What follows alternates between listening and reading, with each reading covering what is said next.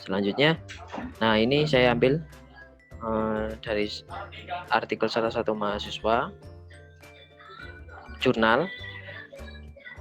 Untuk dapat melakukan pemecahan masalah yang efektif dapat dilakukan. Yang pertama ini kalau di fisika mungkin ya, pemberdayaan laboratorium, baik pemberdayaan mulai dari kompetensi guru, asisten lab, atau bahkan metode pembelajaran di lab, alat-alat di lab ini harus diberdayakan secara optimal. Nah, apalagi kalau ada beberapa sekolah bahkan tidak memiliki laboratorium, ini saya kira sulit ya untuk memecahkan masalah-masalah yang terjadi pada siswa fisika. Nah, itu. Lalu proses pembelajaran fisika sebaiknya tidak hanya mencakup aspek pemahaman, melainkan juga aspek keterampilan berpikir dan aspek sikap. Ini maksudnya jadi kita tidak menyakup dari pemahaman, kita tidak menentukan apakah siswa itu paham tentang materi, melainkan juga dengan aspek keterampilan berpikir. Jadi kita hadirkan soal-soal yang hot mungkin ya, yang menambah berpikir kritis dan aspek sikap. Selanjutnya, dalam pemilihan metode pendekatan pembelajaran, hendaknya guru memperhatikan perkembangan kognitif siswa. Mungkin sudah jelas ya, sudah kita pelajari mengenai kognitif siswa. Mungkin itu ya yang bisa saya sampaikan. Kurang lebihnya mohon maaf. Saya berikan ke teman saya selanjutnya. Assalamualaikum warahmatullahi wabarakatuh. Di sini saya Jenny Audina akan meneruskan penjelasan materi tentang kemampuan pemecahan masalah dalam pembelajaran fisika. Selanjutnya saya akan menjelaskan tentang sains. Sains di sini merupakan salah satu disiplin ilmu yang mempelajari segala hal yang berkaitan dengan alam secara sistematis. Jadi di sini tidak hanya konsepnya menghafal, baik itu menghafal fakta, konsep, rumus maupun prinsip, namun juga berorientasi pada penemuan, baik penemuan baru maupun inovasi atau pembaruan dari penemuan yang telah ada. Tujuan dari pembelajaran sains ini sendiri yaitu sebagai wadah untuk mempelajari diri sendiri dan juga alam sekitar.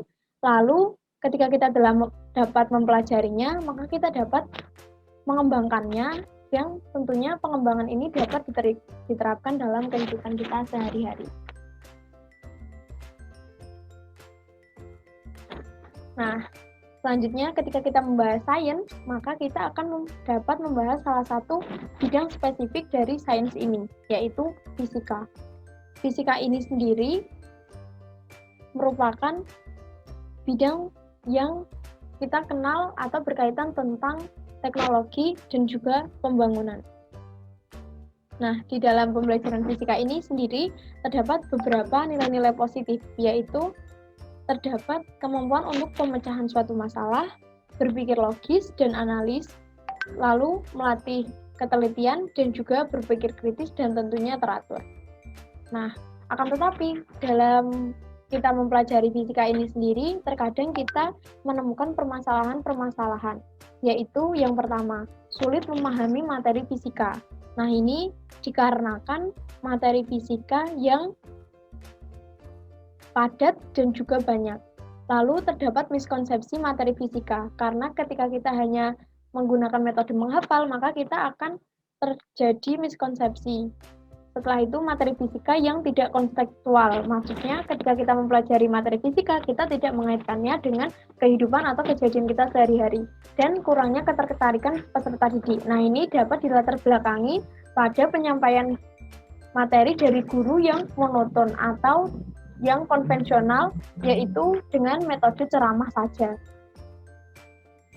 Nah, selanjutnya di sini ketika kita telah mengetahui terdapat berbagai permasalahan dalam pembelajaran fisika, di sini kami dari kelompok A mengusung dua metode yang dapat digunakan untuk melatih kemampuan pemecahan masalah dalam pembelajaran fisika, yaitu yang pertama adalah mind mapping dengan model direct instruction, dan yang kedua adalah inquiry terbimbing. Untuk mind mapping dengan model direct instruction di sini yaitu salah satu metode pembelajaran fisika yang mana untuk langkah pertama kita akan mengenalkan secara langsung baik itu melalui penglihatan, memegang, mengamati objek.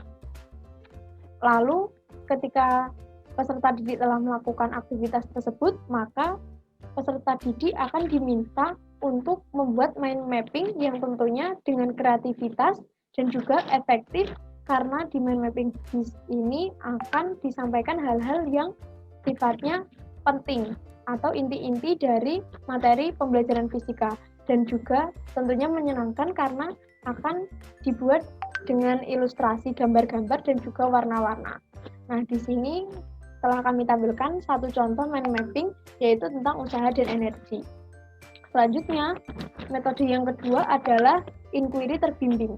Nah, inquiry terbimbing ini sendiri atau kita biasa kenal dengan inquiry guided, yaitu guru di sini akan menjadi fasilitator yang akan memberikan persoalan ataupun masalah.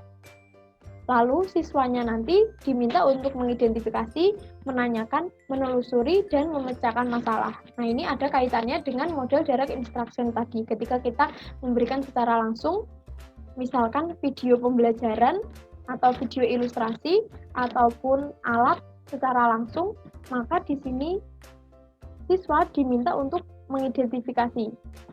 Nah, langkah-langkah dalam inquiry learning ini sendiri untuk tahap pertama adalah mengamati berbagai fenomena yang diberikan dalam pengalaman belajar. Selanjutnya, siswa diminta untuk mengajukan pertanyaan-pertanyaan tentang fenomena yang dihadapi. Lalu selanjutnya, peserta didik akan mengajukan dugaan atau kemungkinan jawaban, lalu peserta didik akan mengumpulkan data-data terkait dugaan untuk membuktikan dugaan tersebut. Dan yang terakhir, peserta didik akan dapat merumuskan kesimpulan berdasarkan data yang telah diperoleh dan juga yang telah diolah. Sehingga hal ini dapat memacu peserta didik untuk melakukan atau meningkatkan kemampuan dalam pemecahan suatu masalah-masalah problem dalam fisika. Di sini guru hanya sebagai moderator yang fungsinya untuk membimbing dan mengarahkan dalam pembelajaran, bukan sebagai penceramah saja. Baik, mungkin itu yang dapat saya sampaikan. Kurang lebihnya mohon maaf. Terima kasih. Wassalamualaikum warahmatullahi wabarakatuh.